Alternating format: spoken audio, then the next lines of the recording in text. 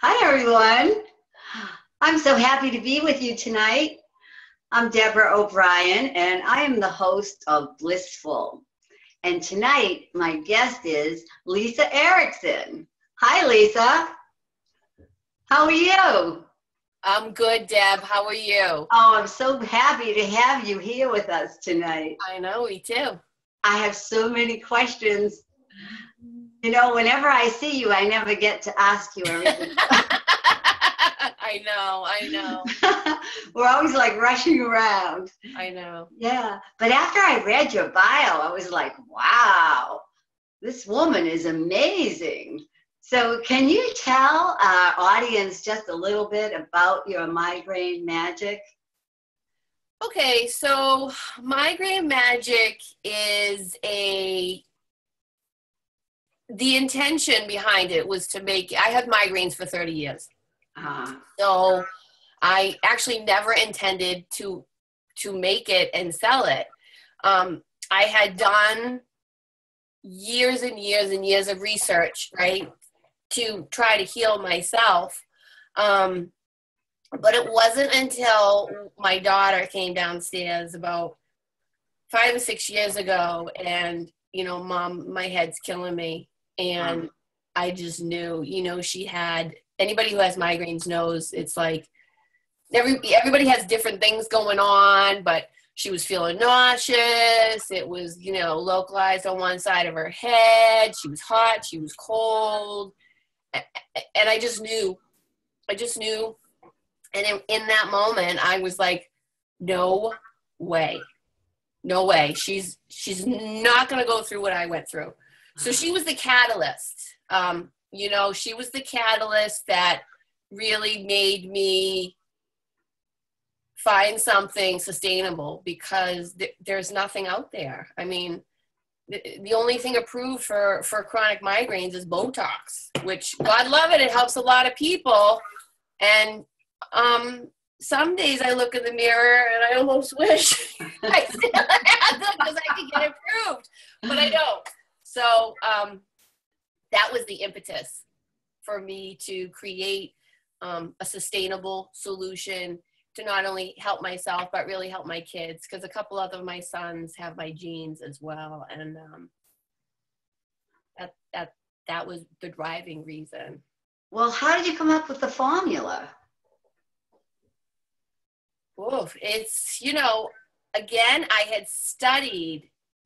I had gone back and I went over medical journals and I would get like intuitive hits, but I didn't know it at the time. And I would just chase down something that made sense. I mean, I went back to journals. I think the most important journal that I found was in 1952.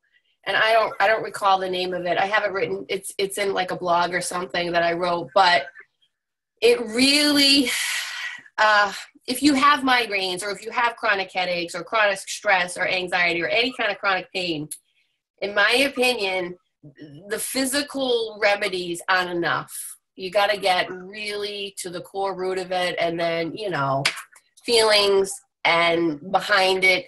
So I wanted to make something 100% natural for my kids. I wanted to break that pattern. And so all of a sudden I started seeing, you know, like, for example, the essential oils in it. There were the same essential oils over and over and over and over again. So I would track down, you know, what did they target in the body? And, you know, migraines are, they're a blood vessel thing. They're a metabolic thing. They're a stress thing. And, you know, they're basically any kind of chronic pain. You really disconnect from your soul on a certain level. You know, I mean, I don't like to say that, but it's true. It's true. It's so true. And it's scary to come out and say that, but that is part of the repair work that, you know, Migraine Magick does. It works on the physical level. It works, you know, so there's instant pain relief. It works on a cellular level. It's tiny, so it goes through the skin and it gets right into the bloodstream. And that's why it works so fast.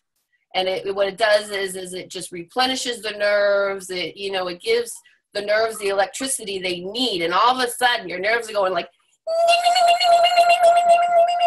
you know, and it's like, gimme, this is what I wanted. Because you get, when you fight any chronic pain or chronic depression or chronic anything, you're just depleted of those essential minerals and vitamins your body needs to work. I mean, it needs electricity, it needs nutrition. And, you know, unless you eat specific for that, it's kind of tough to turn it around. It is. You know? Yeah. And I'm not good at that. You know, I love pizza and, you know, all that, and coffee and, you know. So how do you get the product out to the public? How do people get it from you? So I have a store online. Oh. And it just started word of mouth because I was actually, most people who know me probably have no idea that I had chronic migraines for like 30 years because I just sucked it up. Well, you look 30 years old. So how old were you when you started getting those migraines? Well, I'm not 30 years old, but thanks, Deb. I had my first one at 7, but it didn't get chronic till I was in college. And back then when my mom took me to the doctors, they said, oh, well, you don't throw up with a migraine, because I was throwing up. I was getting nauseous. And that was 30, you know, that was more than 30 years ago, you know, so we've come a long way with it. Right. And so to answer your question is, people started noticing they didn't know that I had headaches, but they noticed my energy raised, because I'm actually a lot of fun. I mean, I love to have fun. And that's the thing with my business. If I'm not having fun, or I start to take myself too seriously, like I got to get this done because that's the way you're supposed to do it. I stop, because that's your energy. It's my energy. You're made up of a lot of nitrogen, which is like it's a bubbly type of energy, and its key word is fun. Yeah, that's who you are. Yeah, you can't hide that. No, but it was suppressed for a long time. It was. Mm-hmm. Imagine the damage that must have done, suppressing that. I don't want to. Oh, wow. I don't want to. Isn't that something? So people can go online and go to your store. Yeah, it's Migraine Magick, and it's magic with a K, because I like the old English spelling.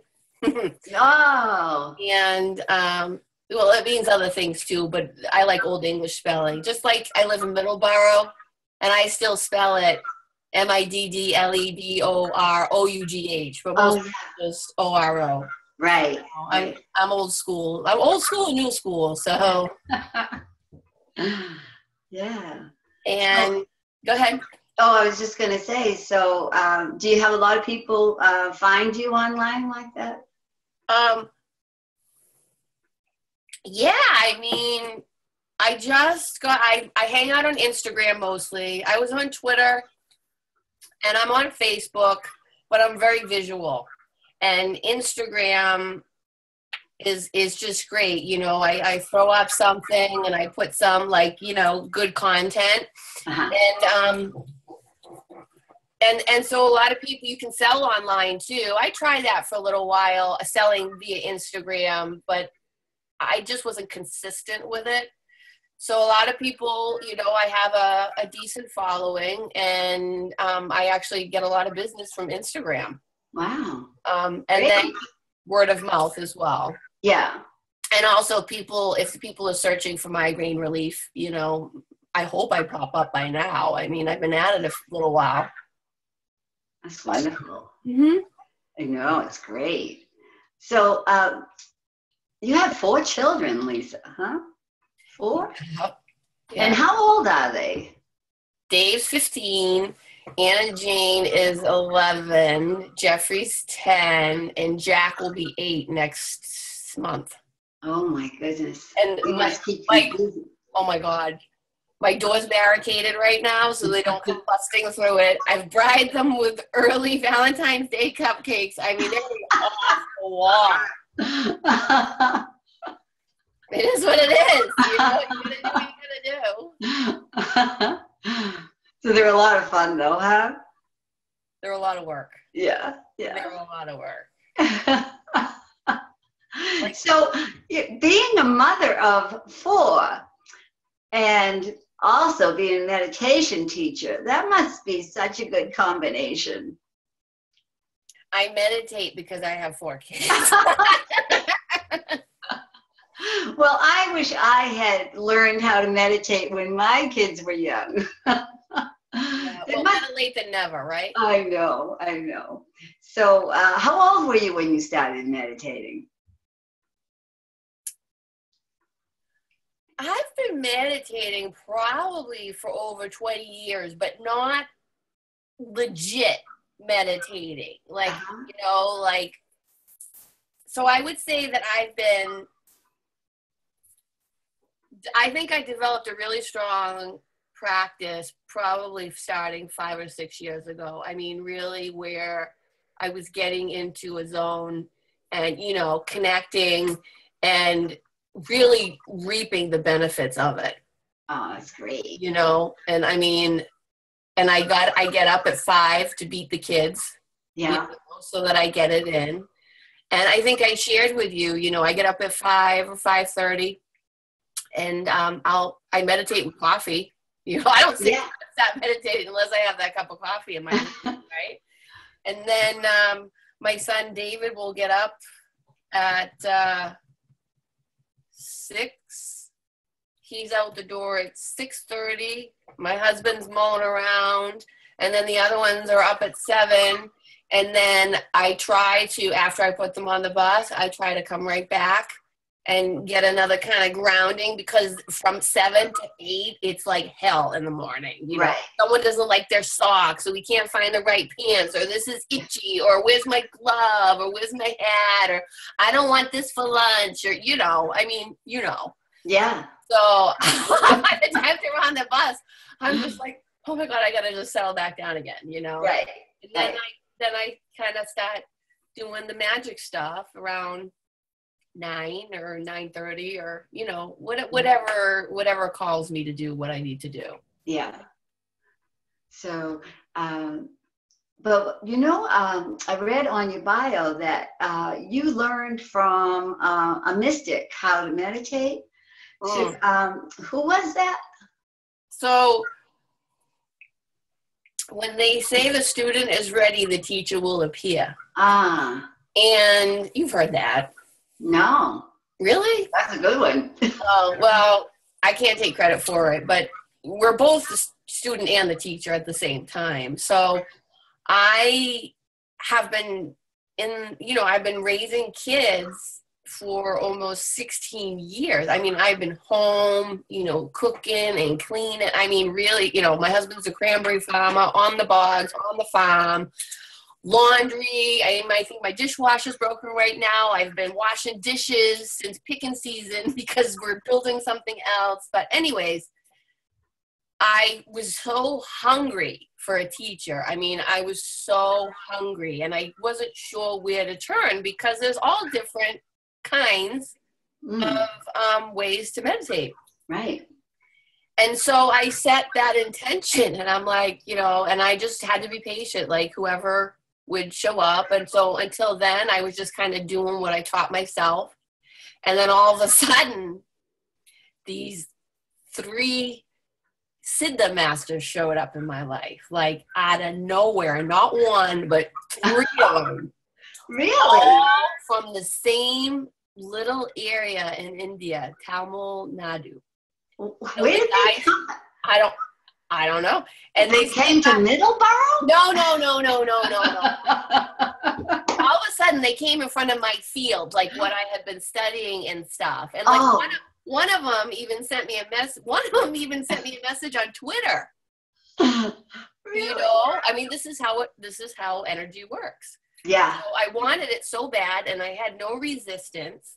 And these are the guys, like the yogis that go sit in the Himalaya mountains. Yeah. Decades. Yeah. Well, they're coming out now, and they're teaching. Yeah. And it's what I resonate with. And it's not the only thing I resonate with, but I resonate strongly with their teachings. Uh-huh. And so one in particular, Sadhguru, I was able to be taught directly under his tutelage. And Wow. he's fabulous. That's great. He's fabulous. That's wonderful. And now you teach meditation. Yep, I do. Yeah. I do. That's so good. I teach in Maine, and I can't say where, but I might be teaching someplace local very soon. So, do you do any private meditation? I do. Yeah. I do have private clients. Wonderful. That's nice, and I love that. Uh-huh. But I find that when you get a group of 6 or under, yes, there's a real nice energy. Yeah. That, and a synchronicity, and when it builds together, it's just really, really pretty. It is. It's beautiful. Yeah. I found the same thing in teaching myself. In the summer, there'd be more students, and maybe 10 or 12. But I liked that 5 or 6, that number, just so powerful. Mm-hmm. So go so deep with not too many, but not a few. It's really nice. I took a class with Lynn McTaggart. She's the author of The Field. Uh-huh. And I think it was like her 4th intention master class. And so she broke down a lot of the scientifics of different things. And I don't remember the reason why, but there was that number, 6 to 8, between 6 to 8 people. Oh. And in teaching, a larger amount of people or just one person privately, that 6 to 8 just really kind of I don't know. I felt it more. I feel it more. Yeah. Yeah. So when I can, I prefer a smaller number. Well, I remember one time I got to be present for one of your meditations, and it was so powerful. It was fabulous. Thank you. It's fun. I mean, I love doing it. And I'm a little different. I mean, I can do a traditional feel-good, relaxed meditation, but I love technique. And I like showing people something different that they never thought of. And actually, I like almost, when I take them through these meditations, the way I teach them, it's such that they can't focus on that monkey mind because they're trying to follow what I'm saying. And what I'm saying, it doesn't resonate for everybody. But if it resonates for you, you stay with me and you and you allow yourself to be guided. And then you forget about that other stuff, It's almost like, I don't know. It's almost like you're trying to just pay attention to keeping up to what I'm saying. Yeah. Yeah. And I think so many people have a hard time quieting their mind, and they just give up. So you'd be a wonderful teacher for someone that had all those objections, that I don't have time, or I can't quiet my mind. You hear people saying those things all the time. And if they only knew how much benefit they would get from a short time with you, they would they would be amazed. Oh, you're so nice. Oh, you were just wonderful. Thank you. Yeah. So are you. Oh, thank you. So are you. I shot you an email not too long ago, and I said, I can't wait to meditate with you. Yeah, we'll have to make a date for that. Yeah, we will. Yeah. Yeah. And then the other thing, I was so surprised, you write for the Huffington Post. Mm-hmm. Wow, can you tell me about that? Well, I submitted a piece of work to Ariana Huffington. Yeah. And I guess she liked it. So when I can, I don't have a regular gig. I don't have to, but when I can, I blog for them. That's fabulous. Here you are, mother of 4, and you do all this stuff. You are amazing. Believe me, if I could do this all the time, I would. It's just so much fun for me. You know, I love serving people. I went for years not knowing what my purpose is, you know, and I'm so grateful. Yeah. I'm tearing up, you know, I'm just so grateful because I know now, you know, it's hard not knowing what you're meant to do. Yeah. It really is. I felt like I was treading water for so long, and now I'm doing the backstroke, I'm doing the butterfly, I'm doing the side stroke. I'm just having a ball. Yeah. Yeah. I know when I found meditation, I took to it like a fish to water. And it's just like you know, it's like, it's the most natural thing, and it makes you feel whole and alive. It is. Yeah. Know? It's because, you know, we're connecting to who we really are. And, yep. You know, it's easy to forget because life's so busy and crazy. And it's so good to go back and remember who we really are every day.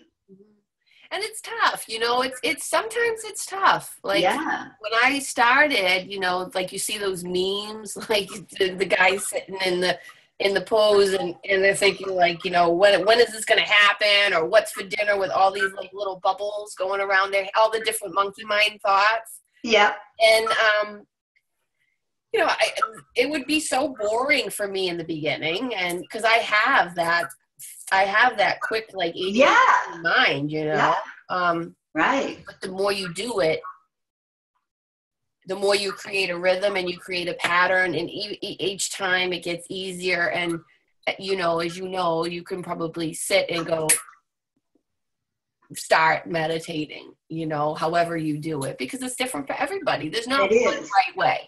That's right. But for your type of energy, it's like you're a very active person, and I would think it wouldn't be that easy for you to just sit down and settle down. No, it wasn't. I was like the gym person, not you know, weightlifting, but I mean, I would go to Pilates or yoga or whatever, and I would do that every day. And now, of course, it could be a sign of my age, but now the meditation is more important to me. Oh, that's wonderful. So much more important to me. You know, I still I still work out, but if I have a choice, or there has to be a choice, without question, it's meditation every single time. Great. Yeah. Well, you know, we're almost out of time. Already. But before we go, it goes so fast. Oh my God.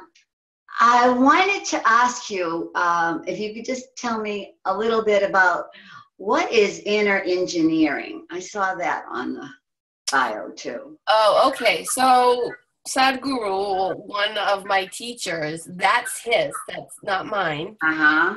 And it's just another really cool way of talking about personal development, but sustainable personal development. Like, you go in, and one of the big things really nice things that he talks about is being responsible for yourself. And so many people have interpreted the word like responsibility equals blame.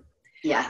That's not what it means. You know, it means that whenever you see something happen, you have the choice to respond. Whether it requires an action or you're capable of it, that's another ball game. Mm-hmm. So, you know, like somebody's dying on the side of the street. Well, you are responsible. You can say, no, that's not my problem. Or you can try to do something, like you could maybe call the ambulance, or if you're a doctor, maybe you could go administer CPR. But I mean, we are responsible beings, and we can choose the response. You know, and if we say, oh, that's not our problem, well, we're all connected. So in a way, it kind of is. So we're responsible for everything. We're responsible for our thoughts. We're responsible for our actions. We're responsible for the way we behave, period. Right.